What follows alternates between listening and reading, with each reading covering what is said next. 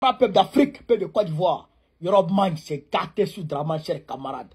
L'OIDH vient de le relancer encore Karim Khan, presser encore Karim Khan pour qu'il ouvre le procès du camp Ouattara. Dans quelques jours, chers camarades peuple d'Afrique, le camp Ouattara sera jugé à la CPI incessamment. Chers camarades peuple d'Afrique, écoutez cette vidéo, elle est partie.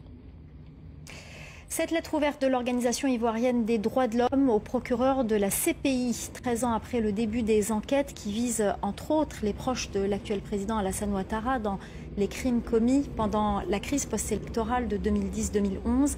La Cour pénale internationale n'a toujours pas abouti à un procès.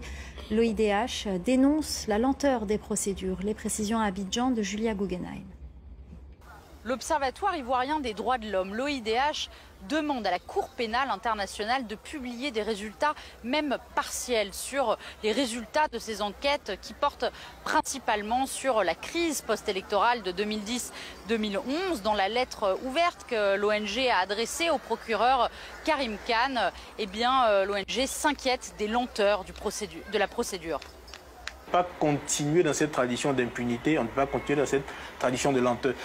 Je crois qu'il y a cet adage qui dit une justice retardée, c'est un délit de justice. Et comme vous le savez, la Côte d'Ivoire s'est enlisée dans une tradition de violence politique, de violence électorale. Et nous sommes à l'orée d'élections. Ces violences-là, nous semble-t-il, sont nourries par l'impunité, justement. Il faut que la lumière soit faite, que les responsabilités soient situées et que les auteurs soient poursuivis, pour donner donc aux victimes la possibilité d'obtenir une indemnisation et une réparation et créer les conditions de la non-répétition des crises que nous avons connues. La Cour pénale internationale a ouvert 2 séries d'enquêtes en Côte d'Ivoire. La première, Côte d'Ivoire 1, a abouti par la condamnation de l'ancien président Laurent Gbagbo et de son ancien bras droit Charles Blé Goudé pour crimes contre l'humanité. Ils ont par la suite tous les deux été acquittés. La seconde, Côte d'Ivoire 2, concerne elle plutôt les proches de l'actuel président Alassane Ouattara et elle est toujours en cours. Alors si le bureau du greffe de la CPI à Abidjan doit fermer d'ici un an, eh bien le procureur et l'institution ont promis que les enquêtes, elles, se poursuivront. Voilà. Donc, chers camarades, déjà, le vendredi 18 octobre 2024, vendredi prochain, on s'en va à la CPI. On s'en va à la CPI pour aller demander, chers camarades d'Afrique, l'ouverture du procès du camp Ouattara. On va l'appuyer, cette lettre, ce courrier de l'OIDH, l'Observatoire ivoirien des droits de l'homme. On va l'appuyer ça. Non. Frère, il a dit, c'est quand on fait rien que rien ne se passe. Quand on fait quelque chose, forcer quelque chose à se passer. C'est rien qui n'engendre rien. Quelque chose engendre toujours quelque chose. Vous comprenez ça? Vous comprenez? Donc, on doit se mobiliser pour aller. Je ne sais même pas. Souvent, moi, je me pose la question. Nous, les Ivoiriens, pourquoi on a assis même? Pourquoi on peut, comment on fait, et puis on peut passer 1 mois ou 2 mois sans faire de manifestation dans ce sens?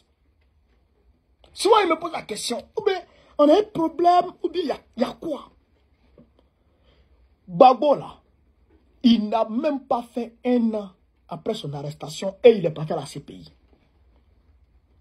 Gbagbo n'a même pas fait 1 an. En novembre 2011, je pense bien, il est parti à la CPI. On dit c'est lui, ils sont partis le juger. Mais s'il revient là, il est revenu en 2021. 17 juin 2021. 2021, 2022, 2023, 2024, près de 4 ans maintenant, bon, je dirais 3 ans maintenant, le camp Ouattara, personne n'a encore été appelé là-bas. Et nous, on est assis, on regarde, et on ne parle pas. Non! C'est pas comme ça que ça va se passer. Il faut qu'on soit là-bas tous les jours, ou bien on ne veut pas que Jésus soit rendu. Ou bien on ne veut pas que Jésus soit rendu. Ou bien on veut toujours que l'impunité règne dans la Côte d'Ivoire. On veut toujours que ceux qui tuent continuent de tuer sans être inquiétés. Parce que s'il n'y avait pas, imaginez un instant, Écoutez, si j'ai Kamara L'Afrique, je prends un exemple. Je vais vous montrer une image. Imaginez un instant, il n'y a pas de prison dans le monde. Je dirais en Côte d'Ivoire. Je prends en Côte d'Ivoire. Imaginez un instant, il n'y a pas de prison, il n'y a pas de justice, il n'y a rien. Chacun fait ce qu'il veut. Mais les voleurs là, ils ne seront même pas gênés. Ils vont voler comme ils veulent. Ils vont tuer comme ils veulent. Ils vont faire ce qu'ils veulent. Parce qu'il n'y aura pas de mesures de rétorsion contre eux. Mais c'est parce qu'il y a une justice que quand même les gens se cachent pour faire ces choses. Et quand ils le font, il y a des enquêtes qui sont menées pour essayer de les attraper. Ce qui diminue, on va dire, le fléau du banditisme et des crimes. Vous comprenez ça? Mais dans ce cas d'espèce, les crimes d'État, les crimes, je dirais, internationaux, organisés, parce que c'est un coup de force international qui a été organisé contre Gbagbo. Mais si devant ce genre de cas, il n'y a pas de justice, mais ils vont continuer. Ils vont continuer. Donc il faut que nous, là, on se batte. Vous avez vu le Rwanda. Hier, j'étais au tribunal pour aller soutenir Charles Onana. Mais après la condamnation de ceux qui ont été reconnus coupables du génocide de Tutsis, eh bien, il y a le procès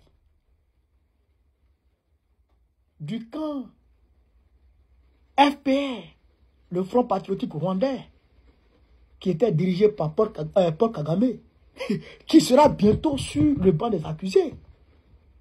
Parce que Charles Onana a fait sortir un livre où il accuse Paul Kagame de génocidaire. Donc les gens se mobilisent. Il y a des Rwandais qui sont allés témoigner. Mais même le camp des Tutsis, c'est après combien d'années ils ont été jugés? Près de 20 ans après, ils ont été condamnés. Parce qu'ils n'ont pas lâché. Donc il ne faudrait pas qu'on lâche. On ne doit pas lâcher. D'autant plus que le dossier est ouvert. Côte d'Ivoire 2, c'est ouvert. Donc c'est à nous d'être mobilisés matin, midi, soir. Matin, midi, soir. D'autant plus que ces mêmes criminels qui sont coupables en réalité de ces crimes sont en train de se préparer encore à commettre d'autres forfaitures.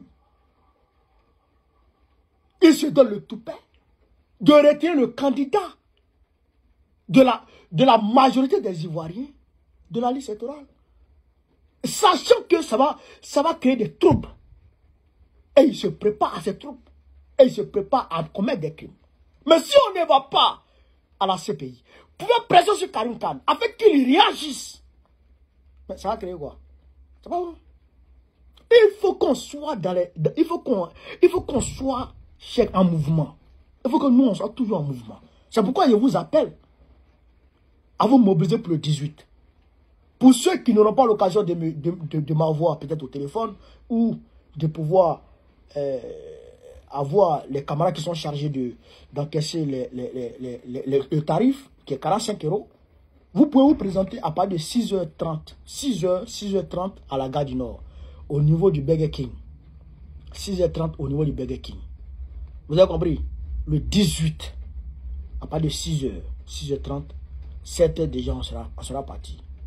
Donc, mobilisez-vous, venez, on va remplir les cars. Même si on a pu remplir 3 à 4 cars pour aller, c'est déjà bon. On va aller à 6h, on va arriver à Bruxelles à 10h. 10h, on manifeste à Bruxelles, on dépose une motion là-bas. Et puis, on va à la CPI, on va manifester, on dépose une motion. On va toujours manifester. Il faut qu'on reprenne les manifestations de plus belle. C'est ça qu'il avait été. Donc, camarades de l'Afrique, voilà ce que je voulais vous dire sur cette vidéo. Partagez-la au maximum. Mettez-la partout à travers le monde. Sur ce, vive l'Afrique libre, vive le panafricanisme, vive tous les présidents panafricains, Gbagbo président du Code 2025, Inch'Allah. On est ensemble.